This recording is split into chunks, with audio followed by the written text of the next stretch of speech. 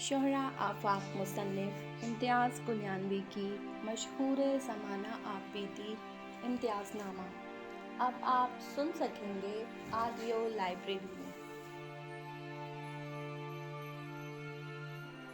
Part 76 امجد کی شادی۔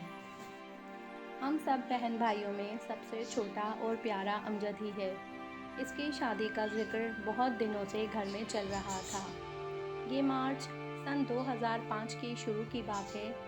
امی جی نے مجھے بتایا کہ اسی مہینے کے آخر میں امجد کی شادی کرنی ہے، تم فوراً آ جاؤ۔ میں نے امجد کی شادی کے لیے ایک مخصوص رقم علیحدہ کر کے رکھی تھی۔ یہ دھوکے کی نظر ہو گئی، مگر میں نے اس حادثے کا کسی سے ذکر نہ کیا اور ادھر ادھر سے رقم اکٹھی کر کے اگلے دن ہی پاکستان پہنچ گیا۔ گھر میں سب ماشاءاللہ بہت خوش تھے۔ امجد کی شادی اپنی خالہ زاد یعنی میری بیگم کی چھوٹی بہن سے طے پائی تھی۔ سب گھر والوں نے خوب ارمان نکالے۔ شادی کی ساری رسومات احسن طریقے سے انجام پائیں، جن کو سب نے بہت زیادہ پسند کیا۔ شادی کے دوران ہونے والے دو اہم واقعات کا ذکر کرنا مناسب سمجھوں گا۔ ایک بارات والے دن ہوا تھا اور دوسرا ولیمے والے دن۔ ہمارے ہاں ایک رسم ہے کہ جب دولہا بارات لے کر دلہن کے گھر جاتا ہے تو گھر پر کرسی پر سالیاں بیٹھ جاتی ہیں اور دولہے سے رقم کا مطالبہ کرتی ہیں۔ اس وقت عام رواج تھا کہ دولہا کی طرف سے 15,000 یا 1,500 روپے دے دیے جاتے تھے۔ چند ایک لوگ 2,500-3,000 تک بھی دے دیتے تھے۔ جب ہم وہاں پہنچے تو امجد کی بیٹھنے والی کرسی پر میری سب سے چھوٹی سالی بیٹھی ہوئی تھی۔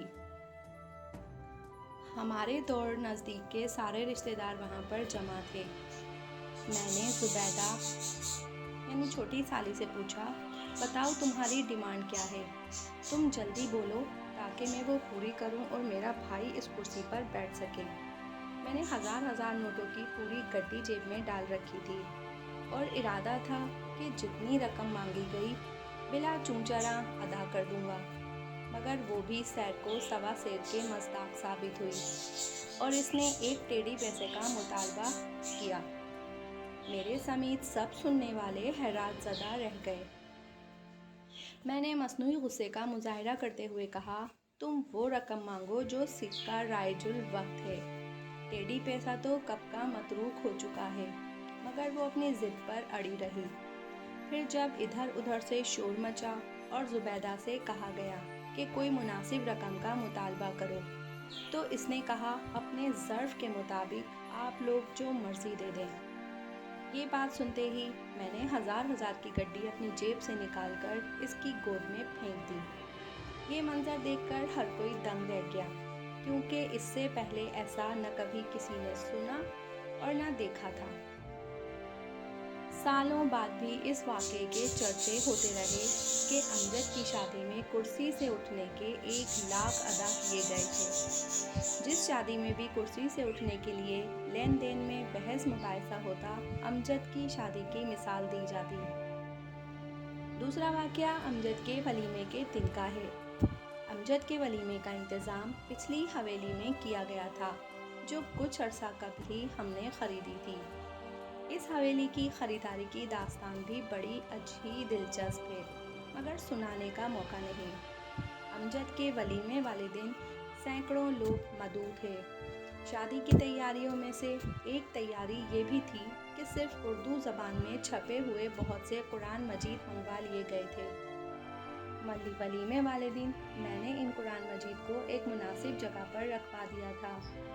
ولیمے کا کھانا شروع ہونے سے پہلے جب سب لوگ جمع ہو گئے تھے تو میں نے قرآن فہمی پر ایک مختصر سی تقریر کی اور لوگوں کو یہ بات سمجھانے کی کوشش کی کہ صرف عربی پڑھنے سے قرآن مجید کا حق ادا نہیں ہوتا۔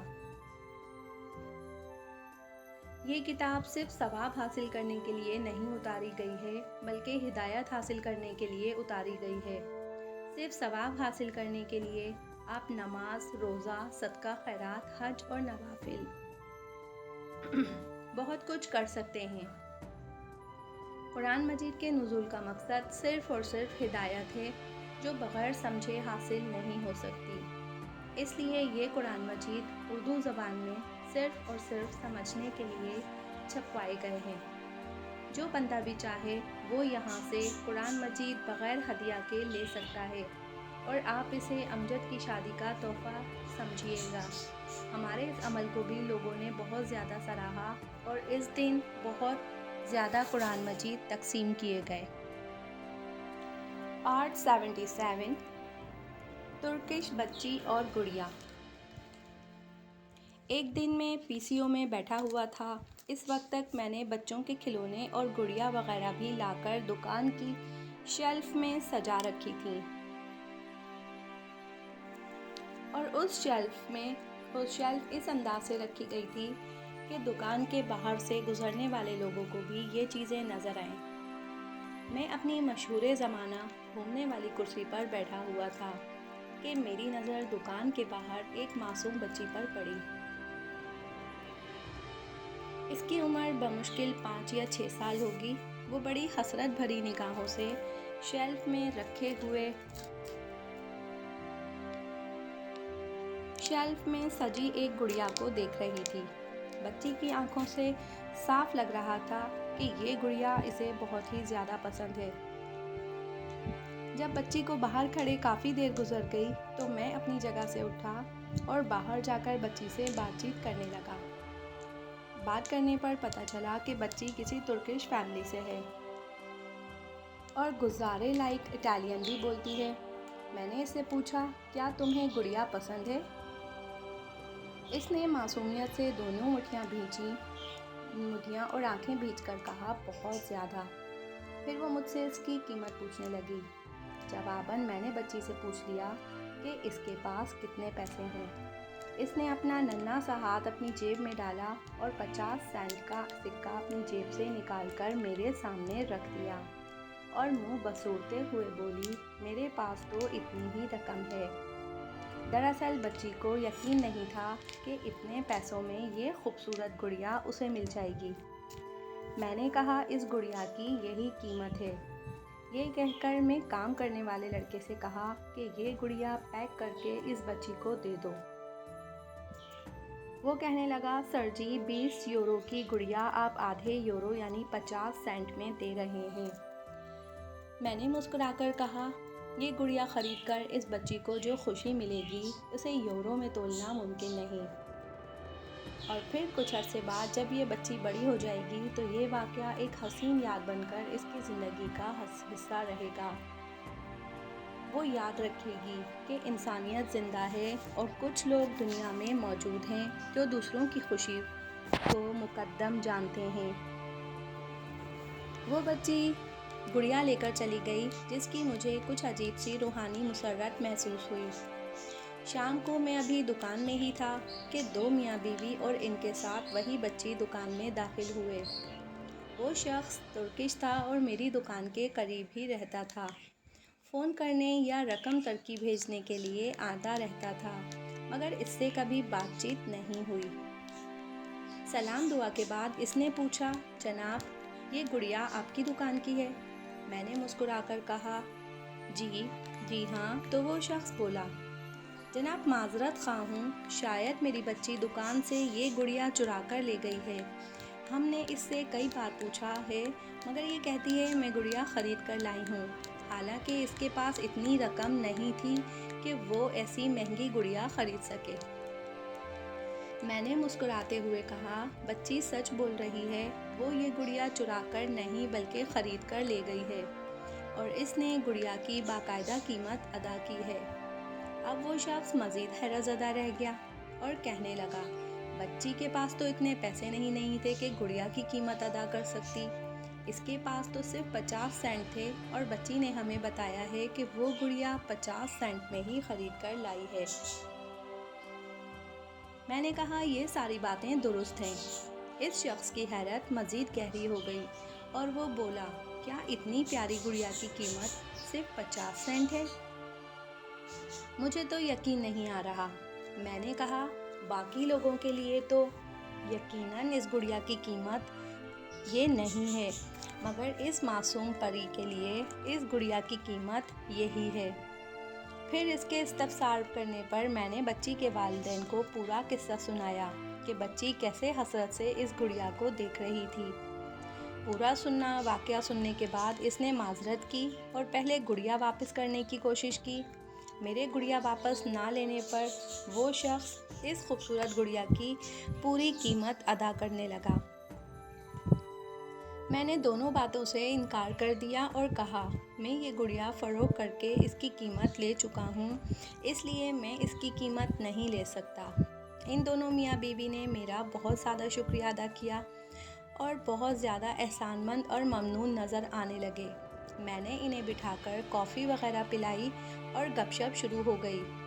میرے پوچھنے پر اس شخص نے بتایا کہ اس کا نام علی ہے اور وہ ڈونر کباب کی دکانیں تیار کرتا ہے۔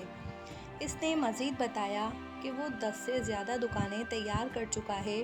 25-30 ہزار روپے میں دکان تیار ہو جاتی ہے اور اگر اچھی چل نکلے تو $1,00,000-1,25,000 میں بک جاتی ہے۔ اس نے مجھے بھی یہی مشورہ دیا کہ اچھی جگہ دیکھ کر ڈونر کباب بنا لوں۔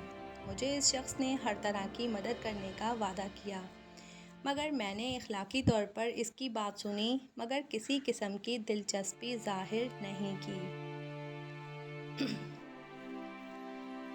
پارٹ 78 آدھی پاکستانی اور آدھی بنگالن عورت کی تلاش۔ اسلام آباد کا شمار دنیا کے خوبصورت ترین شہروں میں ہوتا ہے۔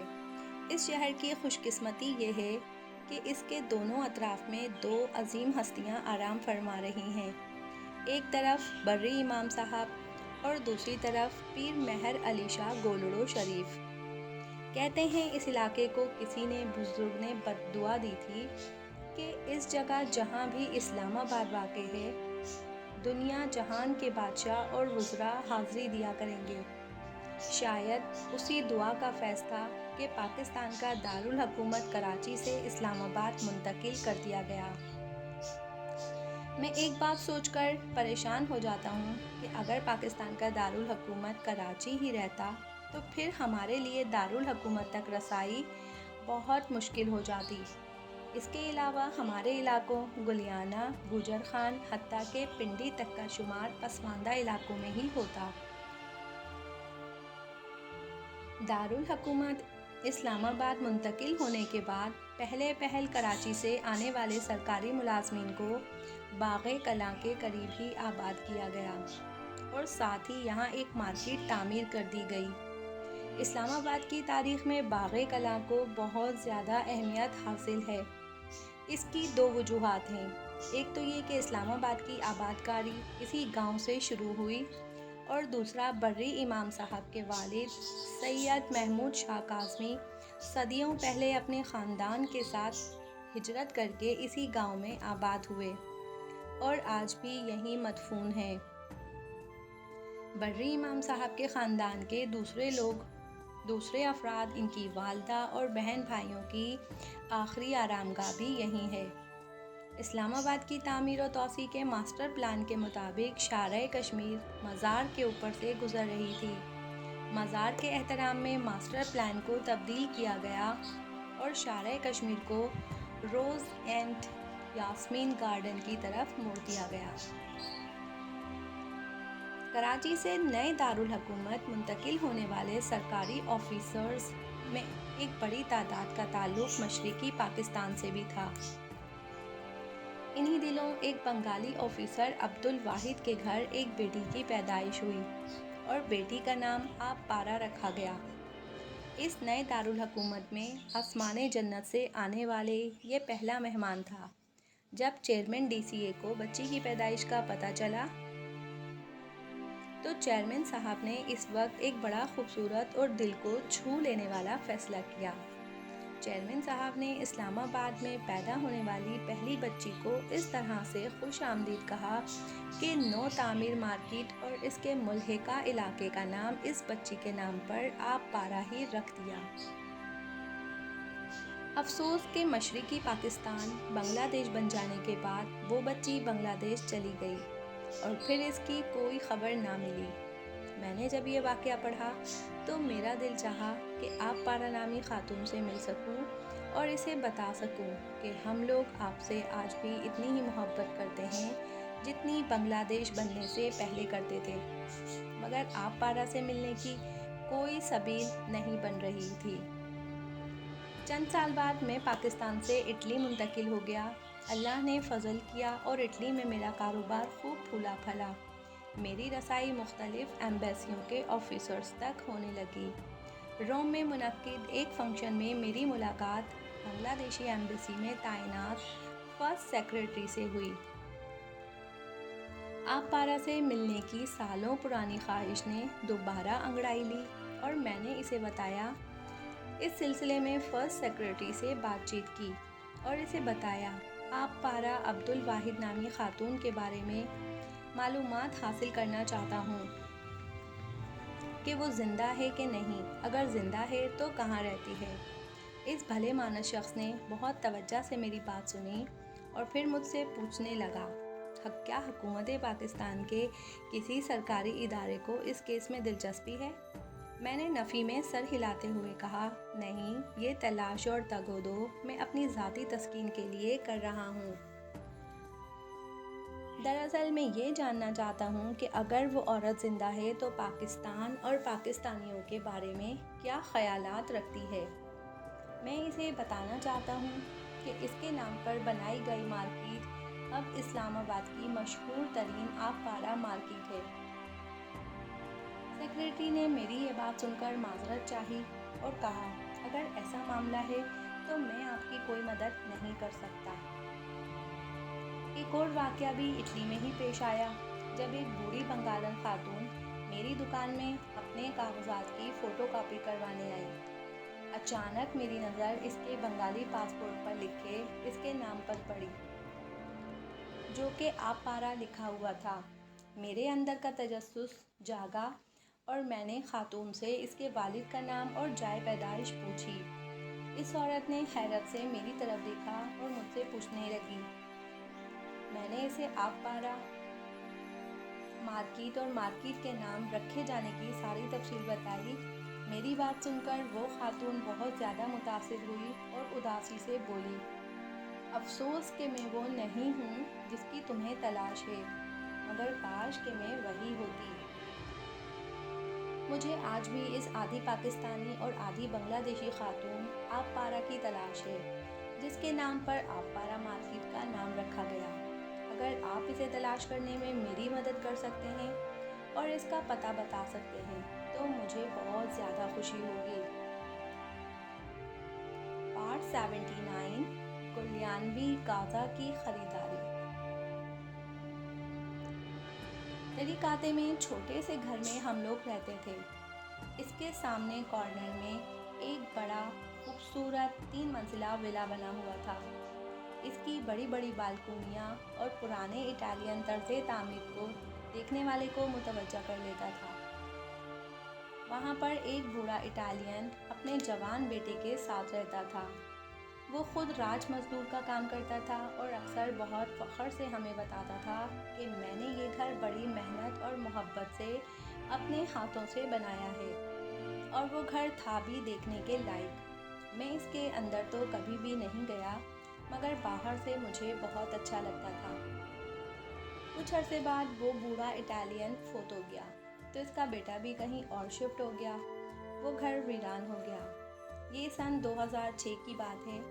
فرح بھی اٹلی آ چکی تھی اور اب میرا ارادہ تھا کہ میں خود بھی کوئی مکان خرید لوں۔ ان دنوں میں نے 30 سے زیادہ مکانات دیکھے، مگر کوئی بھی مکان ایسا نہیں تھا جو دل کو چھو جائے۔ ایک دن میں ایک مکان دیکھ کر گھر واپس آیا تو فرح نے مجھ سے پوچھا کہ مکان آپ کو پسند آیا؟ میں نے سر ہلاتے ہوئے نفی میں جواب دیا۔ فرح نے اسی وقت ہاتھ اٹھا کر دعا کی کہ اللہ کرے یہ کونے والا مکان ہمیں مل جائے۔ میں نے کہا اگر ایسا ہو جائے تو کیا کہنے، یہ مکان تو بہت خوبصورت اور شہر کے بالکل درمیان میں ہے، اور سب سے اہم بات یہ ہے کہ ہمارے PCO کے بالکل نزدیک ہے۔ چند دنوں بعد کی بات ہے کہ میں نے اپنے مکان کا دروازہ کھولا تو وہ باہر 2-3 اٹالین کے ساتھ اسی لڑکے کو دیکھا جو پہلے اپنے باپ کے ساتھ رہ رہا تھا۔ میں نے ہیلو ہائی کی کے بعد اس لڑکے سے پوچھا، اگر تمہارا مکان فروخت کرنے کا ارادہ ہو تو مجھ سے رابطہ کرنا۔ ساتھ کھڑی ایک عورت جو پراپرٹی ڈیلر تھی فوراً بول پڑی، آپ تھوڑے سے لیٹ ہو گئے ہیں، آج ہی اس مکان کا سودا طے ہوا ہے۔ یہ سنتے ہی مجھے ایسا لگا کسی نے میرے پاؤں کے نیچے سے زمین کھینچ لی ہو۔ میں نے اس خاتون سے اس کے دفتر کا ایڈریس لیا اور گھر آ گیا۔ گھر جا کر میں نے یہ بات فرح اور قمر کو بتائی تو وہ دونوں بھی خاصی پریشان اور اداس ہو گئی۔ فرح فوراً بول پڑی، میری تو اس مکان پر اس دن سے نظر ہے جس دن سے میں نے اسے پہلی دفعہ دیکھا تھا۔ میں نے کہا، آپ لوگ دعا کریں اور میں دعا کرتا ہوں۔ فرح اور قمر اسی وقت قرآن مجید کھول کر سورہ یاسین کی تلاوت کرنے لگی، جبکہ میں پراپرٹی ڈیلر کے دفتر کی طرف چل پڑا۔ وہاں جا کر بات چیت کی تو پتہ چلا مکان کا سودا آج ہی طے ہوا ہے اور ساؤتھ امریکہ کے ملک ایل سالواڈور کی کوئی فیملی ہے جس نے یہ مکان خریدا ہے۔ جس قیمت پر مکان خریدا گیا تھا وہ بھی خاصی مناسب تھی۔ میں نے ایجنسی والی سے کہا، میں فیس کے علاوہ تمہیں 2000 یورو انعام کے طور پر دوں گا، تم یہ مکان کسی طرح مجھے دلوا دو۔ اس نے کہا، فی الحال تو یہ ممکن نہیں ہے، لیکن ایک صورت ہو سکتی ہے، اگر بینک اس فیملی کا قرضہ منظور نہ کرے، اور اگر ایسا ہوا تو میں فوراً آپ سے رابطہ کروں گی۔ میں نے اسے اپنا فون نمبر اور اپنی دکان کا ایڈریس بھی دے دیا اور ساتھ تاکید کی کہ جیسے ہی یہ خوشخبری ملے فوراً مجھ سے رابطہ کرنا۔ اگلے دن وہ دونوں میاں بیوی جنہوں نے مکان خریدا تھا مکان کے اندر آئے تو قمر بطول بھاگم بھاگ پی سی او پر پہنچی اور مجھے مطلع کیا۔ میں نے فوراً جا کے ان سے ملا۔ وہ دونوں میرے جاننے والے تھے کیونکہ اکثر رقم وہ بھیجنے اور فون کرنے کے لیے پی سی او میں آیا کرتے تھے۔ میں نے انہیں بتایا کہ یہ مکان میں خریدنا چاہتا تھا لیکن مجھے پتہ ہی نہیں چلا اور یہ مکان فروخت ہو گیا۔ آپ برائے مہربانی یہ مکان چھوڑ دیں، میں آپ کو 1000 یورو تحفے کے طور پر دوں گا۔ اس نے میری پیشکش میں کوئی دلچسپی ظاہر نہ کی تو میں نے رقم دگنی کر دی اور کہا، اگر آپ مکان چھوڑ دیں تو میں آپ کو 2000 یورو دے دوں گا۔ میری یہ باتیں سن کر وہ مرد بولا، معذرت خواہ ہوں مگر یہ مکان نہیں چھوڑ سکتا۔ میں مایوس ہو کر واپس مڑا اور دروازے میں کھڑے ہو کر انہیں 5000 یورو کی آفر کی۔ ایک غیر ملکی کے لیے یہ بہت بڑی رقم تھی جو بیٹھے بٹھائے ان کے ہاتھ آ جاتی۔ اتنی بڑی رقم سن کر مرد نے دلچسپی ظاہر کی اور کہا، چلیں آپ کے پی سی او میں بیٹھ کر اس پر بات کرتے ہیں۔ مگر اس عورت نے اپنے خاوند کی بات سن کر سختی سے تردید کرتے ہوئے کہا، اگر آپ ہمیں 50,000 یورو بھی دے دو تب بھی یہ مکان نہیں چھوڑیں گے۔ یہ سن کر مجھے بھی غصہ آ گیا اور میں واپس گھر چلا آیا اور گھر آ کر میں نے فرح اور قمر کو بتایا کہ بات نہیں بن سکی اور مکان ہاتھ سے نکل گیا۔ لیکن میری یہ بات سن کر بجائے پریشان ہونے کے فرح اور قمر نے بے زبان ہو کر کہا، آپ پریشان نہ ہوں، انشاءاللہ یہ مکان ہمیں ہی ملے گا۔ یہ تقریباً 10 دن کی بات ہے۔ دن 11 بجے میں پی سی او میں بیٹھا ہوا تھا کہ اس پراپرٹی ڈیلر کا فون آیا کہ آپ فوراً دفتر پہنچیں، آپ کے لیے خوشخبری ہے۔ جب میں وہاں پہنچا تو اس خاتون نے بتایا، جو پہلے اس مکان کے خریدار تھے، بینک نے قرضہ دینے سے انکار کر دیا اور اب آپ یہ مکان خرید سکتے ہیں۔ میرے من میں تو گویا لڈو پھوٹنے لگے۔ میں نے اسے کہا، ابھی کاغذات تیار کرو اور بیانہ لے کر ڈیل فائنل کرو۔ اس نے مسکرا کر کاغذات میرے سامنے رکھے اور کہنے لگی، میں نے پہلے ہی تیار کر رکھے ہیں، بس آپ میرا تحفہ 2000 یورو نہ بھولیے گا۔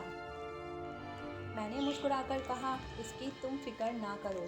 میں نے وقت ضائع کیے بغیر فوراً کانٹریکٹ کیا اور کانٹریکٹ کی ایک کاپی لے کر جیب میں ڈال لی۔ قریبی دکان سے مٹھائی کا ڈبہ لیا اور گھر پہنچ کر سب کو خوشخبری سنائی۔ گھر میں یہ سن کر کہ مکان ہمیں مل گیا ہے، سب بہت خوش ہوئے اور جشن کا سا سما بن گیا۔ مزے کی بات یہ ہوئی کہ اسی رات 9 بجے کے قریب دونوں میاں بیوی جنہوں نے پہلے مکان خریدا تھا PCO میں آئے اور ادھر ادھر کی باتوں کے بعد مجھے کہنے لگے، ہم نے آپ کے آفر کے بارے میں بہت سوچا اور آخری فیصلہ کیا ہے کہ ہم آپ کی آفر قبول کر لیتے ہیں اور یہ مکان نہیں خریدتے۔ مجھے ان کی چالاکی پر غصہ تو بہت آیا، مگر میں نے مسکراتے ہوئے صرف اتنا کہا، وہ ایک مقدس لمحہ تھا جب میں نے آفر کی تھی جسے آپ نے بے رخی سے ٹھکرا دیا۔ مجھے اس سے کوئی غرض نہیں کہ آپ وہ مکان خریدو یا نہ خریدو۔ میری طرف سے صاف جواب سن کر دونوں میاں بیوی بہت زیادہ مایوس ہوئے اور برا سا منہ بنا کر دکان سے باہر نکل گئے اور ایک دوسرے سے لڑنا شروع کر دیا۔ رات 11 بجے جب میں نے دکان بند کی تو وہ دونوں اس وقت بھی کارنر میں کھڑے ایک دوسرے کو برا بھلا کہہ رہے تھے۔ آخر کہتے بھی کیوں نہ، کیونکہ انہیں 5,000 یورو کا نقصان جو ہوا تھا۔ اس مکان کو خریدنے کے بعد ہم نے اسے اپنی پسند کے مطابق سیٹ کیا۔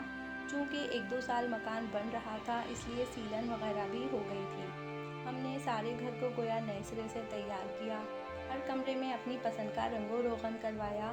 گراؤنڈ فلور پر بنے کمرے کو باہر کی طرف دروازہ دے کر پاکستانی اسٹائل کی بیٹھک بنا دی۔ اب اگر کوئی بندہ اس کمرے میں رہتا تو گھر کے دیگر حصوں میں رہنے والے لوگوں کی پرائیویسی بالکل بھی متاثر نہ ہوتی، کیونکہ وہ کمرہ باقی گھر سے بالکل الگ تھلگ تھا۔ اس کمرے میں باتھ روم پہلے سے موجود تھا، جسے ذرا زیادہ جدید انداز سے بنا دیا گیا تھا۔ مکان کے باہر میں نے مہنگی ٹائلز منگوا کر دیواروں پر لگوا دی، جو کہ اٹالین قانون کے مطابق ایک جرم تھا، کیونکہ وہاں پرانی طرز تعمیر کو آپ بدل نہیں سکتے، صرف مرمت کر سکتے ہیں۔ یعنی اگر باہر والی دیوار پر پلستر لگا ہے تو آپ پلستر ہی لگا سکتے ہیں۔ گھر کے مین دروازے 2 تھے جس سے پورے گھر میں داخل ہوا جاتا تھا۔ دوسرا بیٹھک کا میں نے پاکستان سے اردو اور اٹالین زبان میں گولڈن کلر میں گلیانوی کازا لکھوا کر دروازوں پر لگا دیے۔ گلیانہ میں آبائی گھر کے گیٹ پر بھی میں نے گلیانوی کازا ہی لکھوایا ہوا ہے۔ نہ جانے کس ستم ظریف نے کونسل میں شکایت کر دی کہ ہم نے باہر کی دیواروں پر ٹائلز لگا کر قانون کی خلاف ورزی کی ہے۔ پولیس نے آ کر ٹائلز اکھاڑنے کا حکم دے دیا اور ساتھ ہی بھاری جرمانہ بھی کر دیا۔ وہ تو اللہ کا شکر ہے طریقاتے کا چیئرمین میرا دوست تھا۔ میں نے اس سے رابطہ کیا اور کہا، آپ کچھ بھی کرو، بس مجھے اتنی مہنگی ٹائلز دیواروں سے اکھاڑنا نہ پڑے۔ چیئرمین نے اس مسئلے کا حل یوں نکالا کہ مجھے کہا، آپ ان ٹائلز کے اوپر ہی رنگ کر دو، اس طرح باہر والی دیوار کا رنگ مکان جیسا ہو جائے گا اور پھر کوئی اعتراض بھی نہیں کرے گا، یوں تمہیں ٹائلز بھی نہیں اکھاڑنی پڑیں گی۔ رنگ کا کیا ہے، 1.5 سال بارش کے بعد اتر جائے گا۔ ساتھ ہی اس نے باقی تمام قسم کا جرمانہ ختم کر کے صرف 500 یورو کا جرمانہ رہنے دیا۔ میں نے اس کا شکریہ ادا کیا، کیونکہ دیواروں کے ساتھ لگی مہنگی ٹائلز کا اکھاڑنا بڑا مشکل اور تکلیف دہ کام تھا۔ گراؤنڈ فلور پر بنے ایک کمرے کو ہم نے بڑی خوبصورتی سے سجایا۔ مہنگے صوفہ سیٹ، سنگ مرمر کے ٹیبل اور خاص بیلجیم کے بنے شیشے کا ڈائننگ ٹیبل لایا گیا اور خوبصورت اٹالین فرنیچر سے پورے گھر کو مزین کیا گیا۔ فرانس، اسپین اور اٹلی سے خوبصورت ڈیکوریشن پیسز اکٹھے کیے گئے۔ مختلف جگہ سے خوبصورت سینریز اور پینٹنگ سے دیواروں کو سجایا گیا۔ کھڑکیوں اور دروازوں کے لیے قیمتی ویلویٹ کے پردے خصوصی طور پر پاکستان سے بنوا کر لگائے گئے۔ ایک اٹالین انٹیریئر ڈیکوریٹر کی خدمات حاصل کر کے گھر میں مختلف جگہوں پر قد آدم آئینے سیٹ کیے گئے، جس سے گھر اور زیادہ کھلا اور روشن نظر آتا تھا۔ گھر کی خوبصورتی کو مزید 4 چاند لگانے کے لیے انتہائی قیمتی فانوس لگائے گئے۔ فرسٹ فلور پر جانے کے لیے سنگ مرمر کی بنی خوبصورت سیڑھیوں کے دونوں اطراف سے ایسی خوبصورتی مصنوعی پھولوں کی بیلیں لگائی گئیں جنہیں دکھنے میں حقیقت کا گمان ہوتا تھا۔ اس مکان کی تزئین و آرائش میں ہم نے اپنے سارے ارمان نکالے تھے اور اس وقت مکان کی تزئین و آرائش پر 36,000 یورو سے زیادہ کا خرچہ ہوا تھا، مگر مکان اب ایسے تیار ہوا تھا جیسے واقعی کسی کے خوابوں کا محل ہو۔ باہر سے تو مکان کی بناوٹ ایسے ہی بہت خوبصورت تھی، مگر اب باہر والی دیوار پر ٹائل لگنے اور اندر خصوصی سجاوٹ کی وجہ سے مکان کی خوبصورتی میں مزید نکھار آ گیا تھا۔ جو بھی اس مکان کو دیکھتا بس دیکھتا ہی رہ جاتا۔ نومبر 2006 میں ہم ملک صاحب کی فیملی کے ساتھ اس نئے مکان میں شفٹ ہو گئے اور یہ مکان ہمارا گھر بن گیا۔ ہم نے مکان خریدنے کی خوشی میں جاننے والوں کی دعوت کی اور انہیں گھر بلایا۔ جو بندہ یا بندی ہمارے مکان کی سجاوٹ دیکھتا تو ششدر رہ جاتا۔ تقریباً سبھی نے مکان کے بارے میں یہی کہا کہ ہم نے اٹلی کیا پورے یورپ میں نہ کبھی ایسا گھر دیکھا اور نہ ہی ایسی تزئین و آرائش کی ہے۔ اس وقت اٹلی میں میرا کاروبار خوب پھل پھول رہا تھا، اس لیے میں نے اس مکان کو دل سے سجایا اور سنوارا تھا اور یہی سوچا تھا کہ اب باقی عمر اسی مکان میں گزرے گی۔ اس وقت مجھے کیا پتا تھا کہ ٹھیک 10 سال بعد 2016 میں نومبر کے مہینے میں ہی مجھے یہ مکان اور اس کے ساتھ جڑی ہر چیز کو چھوڑ کر ایک نئی ہجرت کا سامنا کرنا ہوگا۔